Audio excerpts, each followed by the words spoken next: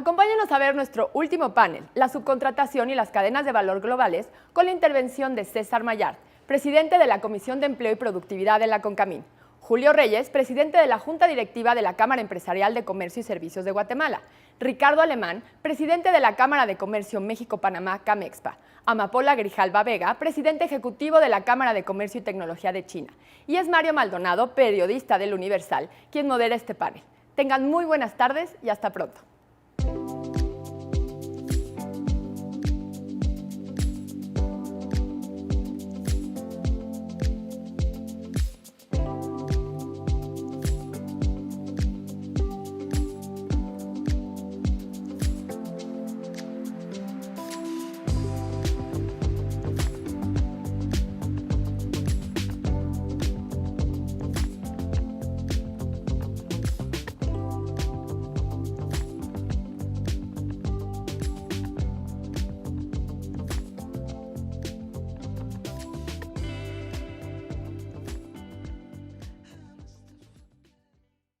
¿Qué tal? Me da mucho gusto saludarlos. Yo soy Mario Maldonado, periodista, y voy a tener el placer y el honor de moderar un panel con respecto a el impacto de la subcontratación laboral en la economía en este foro Forbes.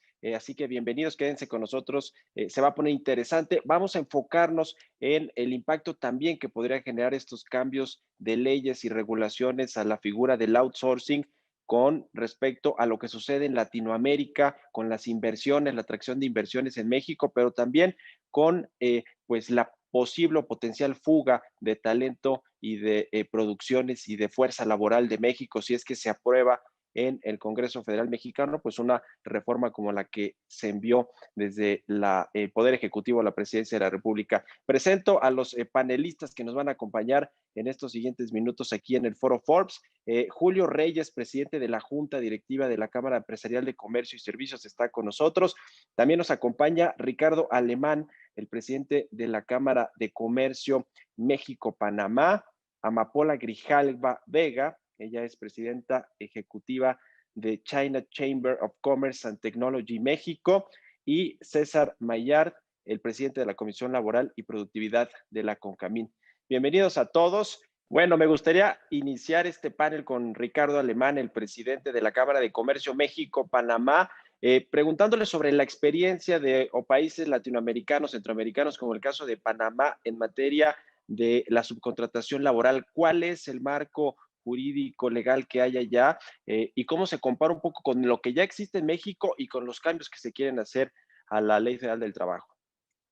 Siempre menciono que el Código de Trabajo panameño, que fue aprobado en el año 1971, al tambor del general Torrijos en su momento, un gobierno populista iniciando, y que su raíz fundamental proviene de la Ley Federal Mexicana del Trabajo, de aquel entonces, los finales de los 60, principios de 70, y desde esa época se recoge la institución del llamado outsourcing norteamericano o la tercerización del empleo. Julio, ¿cómo ves de entrada para, digamos, entrar en materia la propuesta que se envió de parte del Ejecutivo Federal al Congreso mexicano para modificar pues el outsourcing, que digamos que en términos llanos busca en una primera instancia desaparecer esta figura de subcontratación laboral tan importante en México para las empresas y para la economía?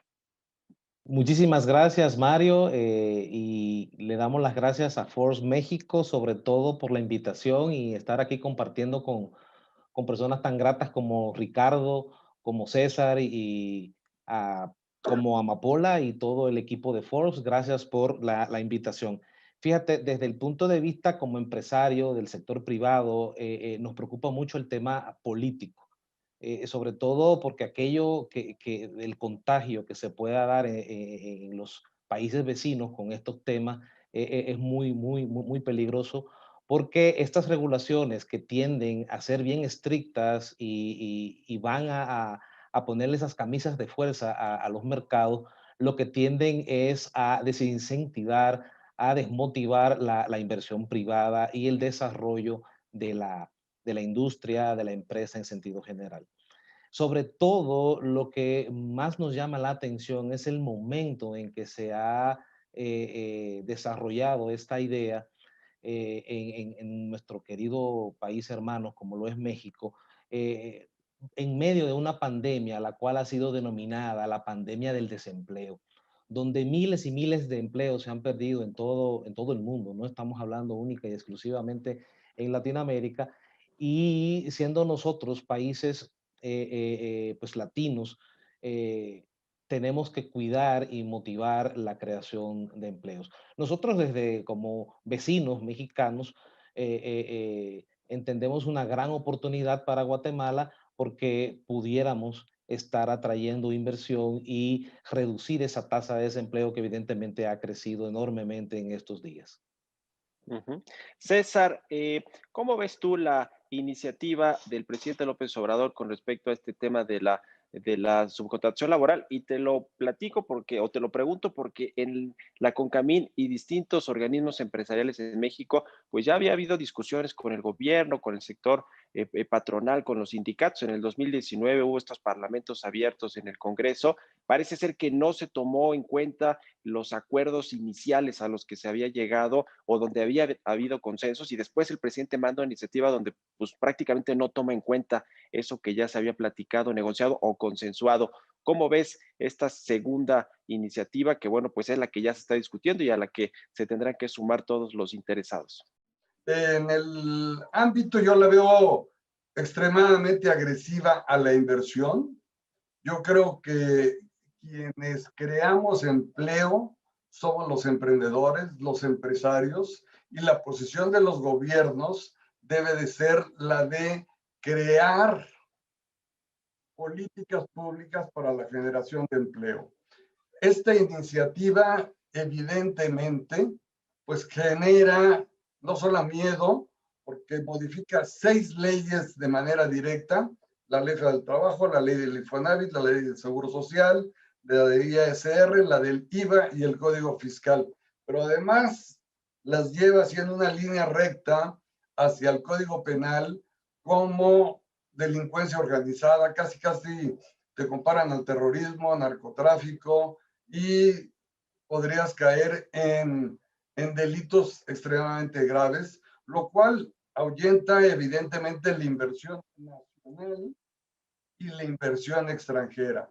Yo creo que no se han tomado en cuenta los ámbitos competitivos de que pues, México no es el único país que está tratando de traer inversión a México, y de que los mexicanos a su vez saquen sus ahorros e inviertan en el mundo de la generación de empresas, porque son las empresas las que crean empleo. El gobierno no crea empleos, crea políticas públicas para crear empleos. Y aquí es muy importante acotar 3 o 4 puntos rápidos. Uno, se paga 30% de impuesto sobre la renta. Si te van a llevar a la panza evitando el insourcing o las propias empresas pagadoras, si van a prohibir la subcontratación y lo van a equiparar a un delito grave, pues evidentemente genera mucho temor a los inversionistas nacionales y extranjeros, los cuales ya de por sí están muy preocupados. Entonces, 30% de SR, súmale el 10% de reparto de utilidades, pues ya estás en 40%, y a esto le tenemos que agregar que el costo de tu nómina te cuesta 30% de IMSS, 5% de Infonavit, y por ser patrón formal te castigan con el 3% de la nómina. Ya estás en 38% más. Si a esto le tomas en cuenta que el año pasado se modificó el tema de pensiones, que se movió del 6% al 15%, pues ya está solo en la carga patronal. Entonces, yo no le veo el atractivo a invertir en México en estas circunstancias, cuando el Estado de Derecho se convierte en una circunstancia muy especial en el caso particular de lo que hace un momento mencionaba en el año del desempleo. Hay miles y miles de pequeñas empresas, 98.5, 99 de las empresas son pymes. Si si calculas que alrededor de 600,000 empresas ya no reabren y calcúlale un promedio de 20 personas, pensando en la micro de 1, 2, 3 y la mediana hasta 250 empleados, calcúlale a 20 personas por empresa no reabierta, estás hablando de directamente afectando a la economía formal en 12 millones de nuevos desempleados. Si a esto le sumas, porque las cifras del INEGI te hablan de que la informalidad es del 56%, yo me atrevería a pensar que estamos 3 a 7, el 30% es formal, el 70% informal. Pues tenemos otro tipo de problemas que está afectando también a el ambiente industrial en el país, que es la inseguridad. Entonces, hay una serie de características que no permiten o no te dan paso a atraer la inversión, pensando en que mucha empresa va a cerrar en China y geopolíticamente nosotros estamos en una posición preponderantemente benéfica con todo el TEMEC. Bueno, pues yo creo que tendríamos que tener una reversa y en todo caso, si estamos hablando del tema de la subcontratación, pues no habría mala subcontratación si no existiera el reparto de utilidades. Y déjame te lo digo así, los trabajadores no son socios. El socio invierte y cuando pierde dinero en la empresa pagarán el 10% de las pérdidas. Pero la ley no te permite que el siguiente año, si tienes utilidades, hagas la compensación de la pérdida fiscal del año anterior. Tú entregas el 10% completo. Entonces, ese tipo de cargas impositivas no permiten una sana competencia, porque el trabajador flojo y el que trabaja mucho, pues finalmente en abril o mayo, pues cobrarán la misma cantidad.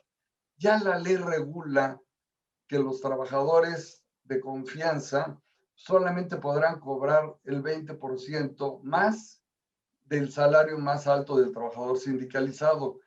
Y me detengo aquí para darle oportunidad a todos, pero creo que ahí está la clave en donde se limite adecuadamente el tema del reparto de utilidades, indexándolo a la productividad.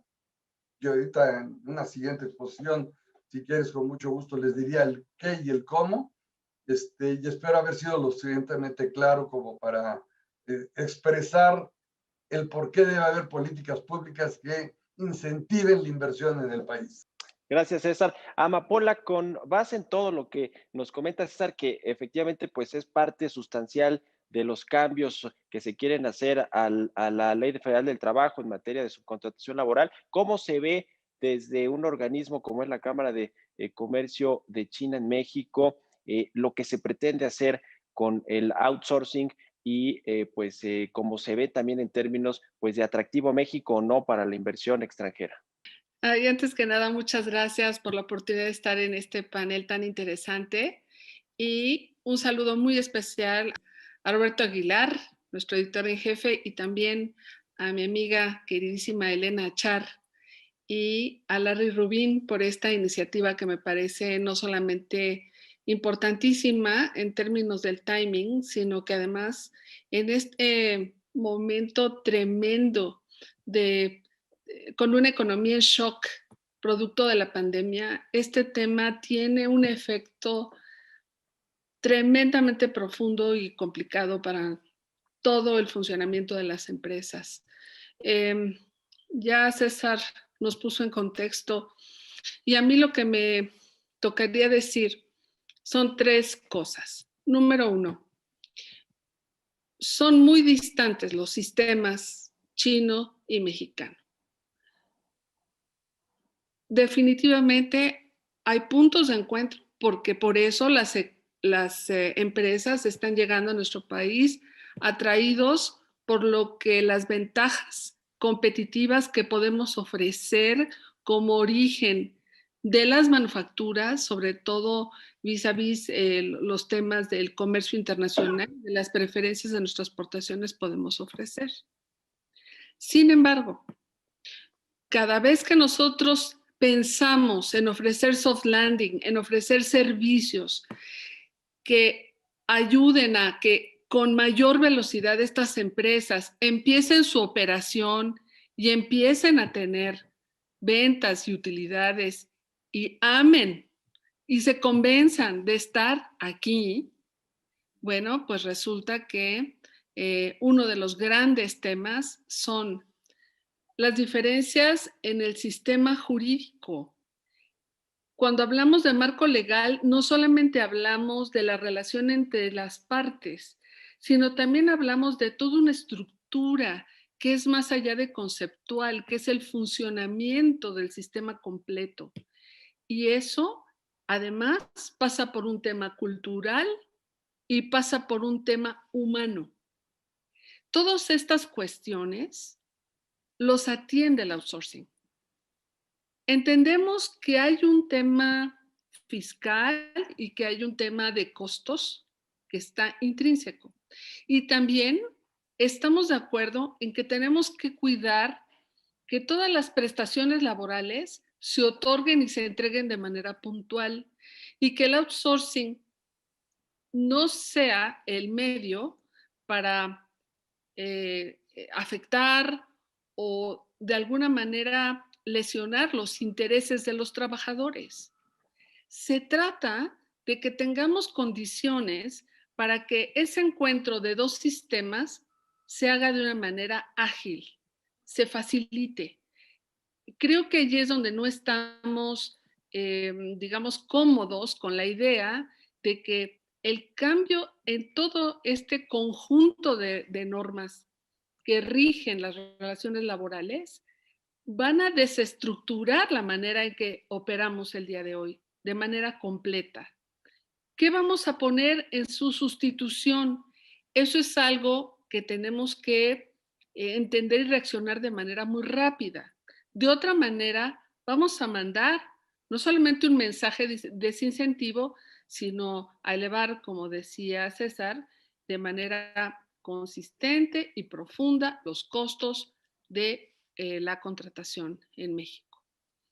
Desde hace muchos años se decía que pues en China había pues estas prácticas en donde el costo de la mano de obra estaba muy por debajo del costo de la mano de obra en un país como México. Eso dejó de ser cierto hace más de 10 años. De hecho, hoy el costo de la mano de obra en general, pensando en una nómina general, ¿verdad? De una operación de manufactura, si comparas tú a un capataz de una línea de producción, un supervisor o un obrero general, pensando en estos tres rubros, tenemos un diferencial de entre 20 y 17%, en donde China es más caro que México. Ahora, si además ponemos sobre estas estructuras de costos los temas sindicales, ¿no? El contrato colectivo y las negociaciones de este tipo de cosas, bueno, pues estamos de verdad en dos mundos completamente diferentes que no se tocan.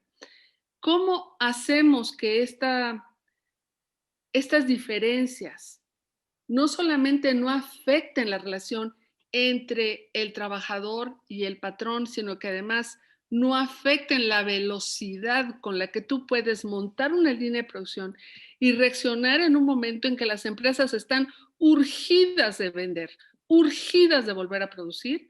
Esa es la gran pregunta. Creo que tenemos que perfeccionar nuestro sistema, sin duda. Tiene muchas áreas de oportunidad, sin duda, pero definitivamente no pensamos que sea el momento propicio para hacer estos cambios que afecten esta velocidad de penetración de las inversiones. Ese sería mi mensaje. Amapola, gracias. Julio, regreso contigo y te voy a hacer la misma pregunta que le hice a Ricardo, tú que estás como representante también de la Cámara de Comercio México-Guatemala. Este desincentivo y este alto costo de la fuerza laboral que podría pues ser una realidad en México si es que pasa esta iniciativa como se mandó de parte del Ejecutivo y que tiene que ver pues con la falta de competitividad en términos del mercado laboral, haría menos atractivo a México para que empresas, por ejemplo, de Guatemala y de otros países, pues vengan a invertir en México, y peor aún, que se lleven las producciones o las cadenas de producción de México a otros países, como el caso de Guatemala. ¿Cuál es tu perspectiva al respecto de esto? Pues definitivamente, Mario, eso es algo que por naturaleza las empresas van a buscar el horizonte, el territorio que más favorable les sean, sobre todo en un mundo tan competitivo como el de hoy. Lo que sí te puedo decir que sí, todo lo que quede debajo de la Franja de México, todo el sur sería en la gran mayoría mucho más atractivo para estas empresas, sobre todo localmente en Guatemala, un país que hace frontera con ustedes, un país con una macroeconomía sumamente estable y con una mano de obra ávida de trabajo y sobre todo que aprende rápidamente. Sí, hay una curva de aprendizaje que hay que romper, que hay que derribar, pero sí aquí tenemos mucha mano de obra disponible y sobre todo el guatemalteco aprende rápido, es muy laborioso, pues como yo lo describo, son artistas en el tema del trabajo. Entonces, de mi parte, pues si sucede esto, que no es el caso, lo que esperamos por el bien de ustedes como pueblo, pues sería un destino Guatemala. Y lo más importante, yo diría, es que si bien es cierto, está permitido, según la ley, lo que le afecta es a ambos a través de una responsabilidad solidaria, ya sea entre quien provee el servicio, quien provee al trabajador y quien lo contrata. Entonces, pero la ley reconoce e inclusive mediante un decreto después reglamentario se estableció que estas empresas, en el caso de Panamá, hay una cantidad de empresas multinacionales dedicadas a esto como empresas nacionales, tienen que registrarse en el Ministerio de Trabajo para que entonces una especie de permiso para que puedan actuar como proveedoras de trabajadores a empresas. Y vemos con mucha frecuencia empresas muy grandes locales que contratan trabajadores a través de un proveedor. Y ese proveedor evidentemente lleva la responsabilidad primaria del pago de la nómina, de las declaraciones y pagos ante el Seguro Social todos los meses, de las cuotas que corresponde, así como en Panamá también la deducción del impuesto sobre la renta que hay que hacer al salario del trabajador, pues se hace a través del Seguro Social. Entonces, toda esa responsabilidad recae sobre el proveedor del servicio, en este caso, con la responsabilidad solidaria en caso de incumplir con el pago de algún derecho a los trabajadores a cargo de quién es el contratista, pues el contratante de ese trabajo. Así que principalmente sé que si es permitido, es frecuente, es de uso común en Panamá y hasta ahora no hemos tenido ningún problema. Es más, me voy más allá, inclusive la Corte Suprema de Justicia en fallos ha reconocido la legalidad y validez de estos contratos y siendo recayendo la principal responsabilidad sobre inclusive la empresa proveedora del servicio. Regresando, digamos, al tema de México, que ustedes lo han estudiado muy bien en la CONCAMIN y en general, pues en todo el Consejo Coordinador Empresarial, que pues han sido ya muy vocales también con respecto a lo que no se puede, digamos, aceptar toda vez que más allá de que México perdiera competitividad, pues afectaría la economía y generaría un desequilibrio completamente en el mercado laboral. ¿Cuál sería un punto medio entre lo que el gobierno federal a través de la Secretaría del Trabajo y el propio presidente están queriendo, digamos, hacer, por ejemplo, con el tema del reparto de las utilidades? Es decir, ¿en qué sí se podría ceder un poco por parte de los patrones o de la iniciativa privada? Mira, ser patrón en México prácticamente es un acto heroico, ¿sí? Te pones en una posición de alto riesgo y una posición media en este sentido. Yo ya lo he dicho en el Parlamento abierto, tanto en la Cámara de Diputados como en la de Senadores. Digo, uno sabe que lo oyen, pero no sabe, y estoy seguro que no escuchan. Pero una de las propuestas es, en el ámbito del reparto de utilidades, que se indexe la productividad, el reparto de utilidades a la productividad. ¿De qué manera? Hay varias maneras, desde medir el resultado de la empresa, medir el resultado del equipo en el cual tú trabajas dentro de una empresa u organización y el desempeño propio, ¿sí? Y si bien es cierto, en los países avanzados no existe el reparto de utilidades. Hablemos del mundo civilizado. No quiero hablar de Dinamarca en el ámbito del tema de salud, pero sí todo el mundo civilizado sí. No entregan reparto de utilidades obligatorio, lo entregan de manera voluntaria. ¿De qué manera sería lo adecuado? La gran empresa podría entregar empresas o stock options, podría entregar acciones bursátiles, las cuales se vendrían liberando después de 3 o 4 años de antigüedad y trabajo dentro de la empresa, porque así el trabajador se motiva a que a la empresa le vaya bien, las acciones que recibió las puede ir haciendo efectivas conforme pasa el tiempo, y de esa manera se genera lealtad, se genera productividad. Y en el caso de México, que la mayoría son pymes, pues tendrían que ser y bien regulado, modificando los artículos de la ley secundaria reglamentaria, la ley federal de trabajo, evidentemente en una iniciativa adecuada en el artículo 123 constitucional, en acciones restrictivas que también se irían liberando bajo la misma fórmula de las acciones bursátiles, pero en la pequeña empresa. De esta manera, si regulas el PTU a la productividad, pues también generas en la pequeña empresa o en la mediana la lealtad y la productividad de los trabajadores. Como existe el concepto del seguro de desempleo, es decir, allá tú tienes derecho a la seguridad social por ser ciudadano. Aquí tú tienes derecho a la seguridad social del IMSS o del ISSSTE por ser empleado trabajador productivo. Entonces, ese 3% con el que se castiga al empleador formal, ¿sabe por qué? No sabemos a dónde cae ese dinero, pero además hay tanta economía informal a la cual se le cobra el derecho de piso, es decir, las delegaciones, los gobiernos, las alcaldías rentan el espacio y ese dinero ¿dónde cae? Ese 3% más ese dinero que el gobierno sí cobra a la economía informal, pues debería de haber ese sentido de transparencia para poder generar un seguro de desempleo por ser ciudadano, no por ser un trabajador, ¿sí? Porque habría el dinero suficiente para generar ese seguro de desempleo y también el tema de la seguridad social. En todo este orden de ideas, nos volveríamos un país más atractivo y no un amenazante en contra de la inversión. Ya. Amapola, el tema de China es muy interesante siempre, el análisis de todo lo que ha sucedido con esta nación asiática y su crecimiento económico acelerado, también todas estas cadenas de producción que tiene y que le sirven al mundo, prácticamente son que se generan ahí materias primas para todo tipo de industrias y sectores. Es muy interesante este caso.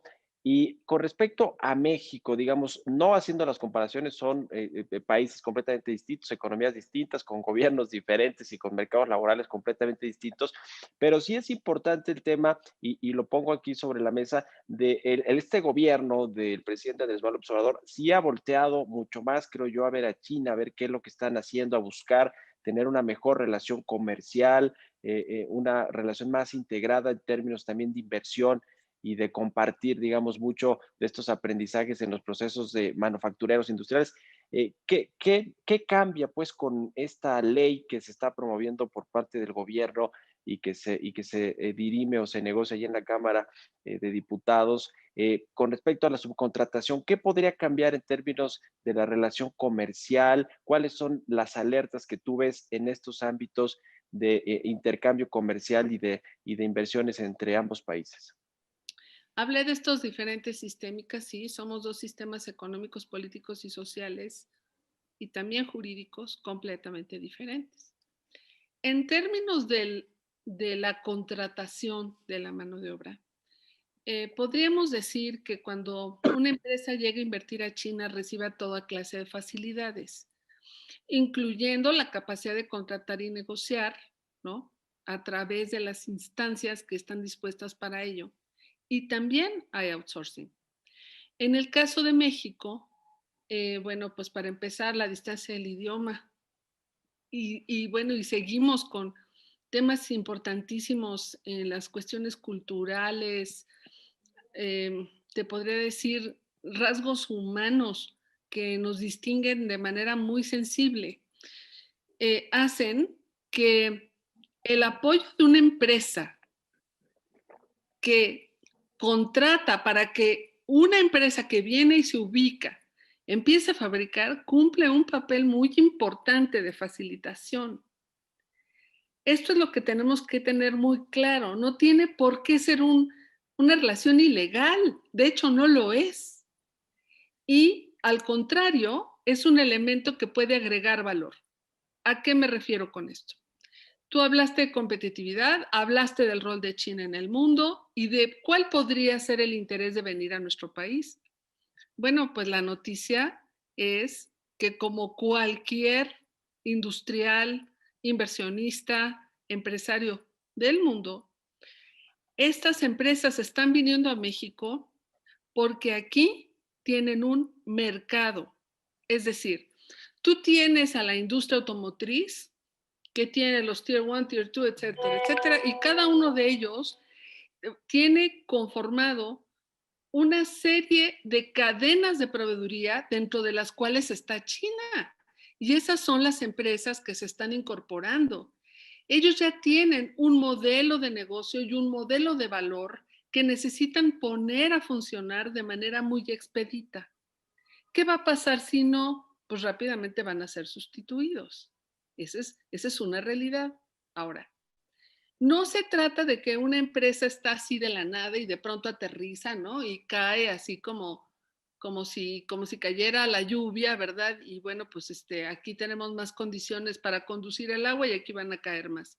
No es así. Las consideraciones que se toman para una decisión de inversión pasan por muchos temas, entre otros los temas laborales.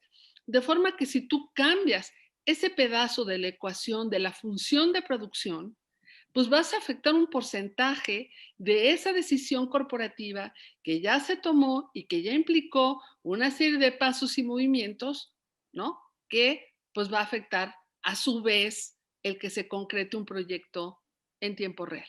Eso hay que tenerlo claro. O sea, el tema del outsourcing es un tema que tiene que ir engarzado con toda una estrategia de atracción de la inversión para México. No podemos verlo como un evento que solamente va a afectar este pedacito y todo lo demás va a quedar aislado. No es así. En la sumatoria, cuando tú tienes una línea de producción funcional y tú cambias simplemente el orden en que se desplanta ergonómicamente el ensamble, puedes hacer que tengas rechazos, retrabajos, tiempos perdidos, etcétera, etcétera. Esos cálculos son matemáticos y, por supuesto, todos estos cambios normativos tienen que introyectarse en la empresa y eso siempre implica un costo, como me lo pongas. Entonces, ¿en qué momento tendríamos y cómo hacer un cambio normativo si es que decidimos que eso es lo que conviene a México? Primero, tiene que ser paulatino y segundo, tiene que mandar el mensaje correcto de que lo que estamos haciendo es no afectar el interés de las partes. Creo que eso sería para mí la parte más sensible y central de este viaje. Vamos con algunas de las conclusiones de lo que hemos platicado aquí en este panel referente al impacto de la subcontratación laboral en la economía, pero también en cómo se utiliza esta figura del outsourcing en otros países y lo bueno que genera pues para las cadenas productivas, para los mercados laborales y en general para la economía. Julio, ¿con qué te quedas? ¿Cuál es tu conclusión de lo que hemos platicado aquí hoy. Bueno, Mario, después de escuchar a los demás panelistas y ver la diferencia de costos con el gigante asiático, con China, después de ver los números planteados por César de la cantidad de subcontratación en el primer mundo, en el primer continente de Europa, pues es imperativo que el outsourcing es necesario para la atracción y el desarrollo pues, empresarial de los países. Cabe preguntar qué busca, cuál es el fin de esta regulación en México. Esa debe ser la pregunta y debe ser la gran respuesta que debemos buscar. Porque sobre todo en una economía, como menciona también César, de un 70-30, ¿qué nos queda si ese 30 los estamos atacando más y los vamos a seguir lesionando?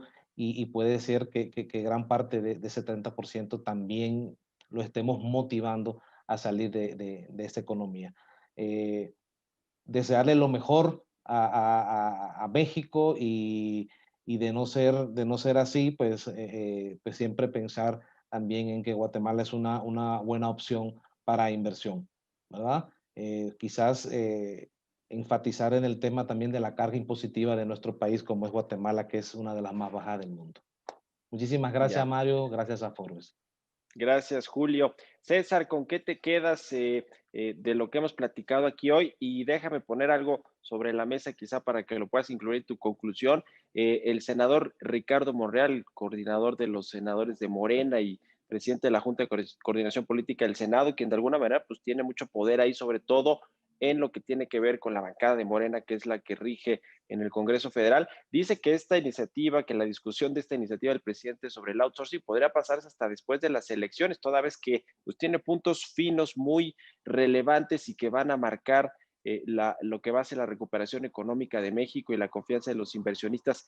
¿Con qué te quedas y tomando en cuenta esto que dijo Ricardo Monreal? Mira, creo que debemos de respetarlo. Si no respetamos el soft landing o estamos cambiando las reglas, como en el caso de electricidad en el país y muchas otras funciones, me queda una grave preocupación. Si se llega a prohibir la subcontratación en el país, sería la muerte de muchas empresas, sería la generación de un mayor nivel de desempleo, pero hay que entender lo que son las cadenas de suministro. Y hablando en el ámbito de la industria automotriz, pero podría hablar de muchas, pues yo soy de una fábrica de coches y contrato a Goodyear o a Goodrich, a la que se me ocurre, le digo, con tu personal tú me mandas 500 llantas, yo hago 100 coches, y tu personal llega y pone las 4 llantas y la refacción. Y al que pone los vidrios, tú llegas y me pones los vidrios, y a Johnson Controls yo digo, me pones los asientos, y a Sumitomo los arneses, y a Yasaki me pone el tablero, y luego hasta la empresa que se lleva la madrina en los coches a la agencia, tampoco es de la empresa fabricante. Romper, todo eso se llama subcontratación. Prohibir la subcontratación es romper lo que es just in time, es decir, ¿para qué quiero una bodega con 100,000 llantas atrás si me las pueden traer diario? ¿Para qué quiero comprar miles de tornillos o lo que vaya a necesitar hacer un coche? Lean production, todos los procesos de mejora continua, y está demostrado. Yo conozco China desde que no tenían coche, andaban a pie y en bicicleta y todos se vestían igual. Y tú ves una China cuando en el 95, 96 se empezó a permitir la inversión en pequeñas cooperativas de 5 o 6. Bueno, reventó de una manera brutal. Y sí es cierto lo que dice Amapola, los sueldos eran extremadamente bajos y las jornadas de labores extremadamente largas. Luego se reguló y hoy en día el salario es mejor pagado en China que en México.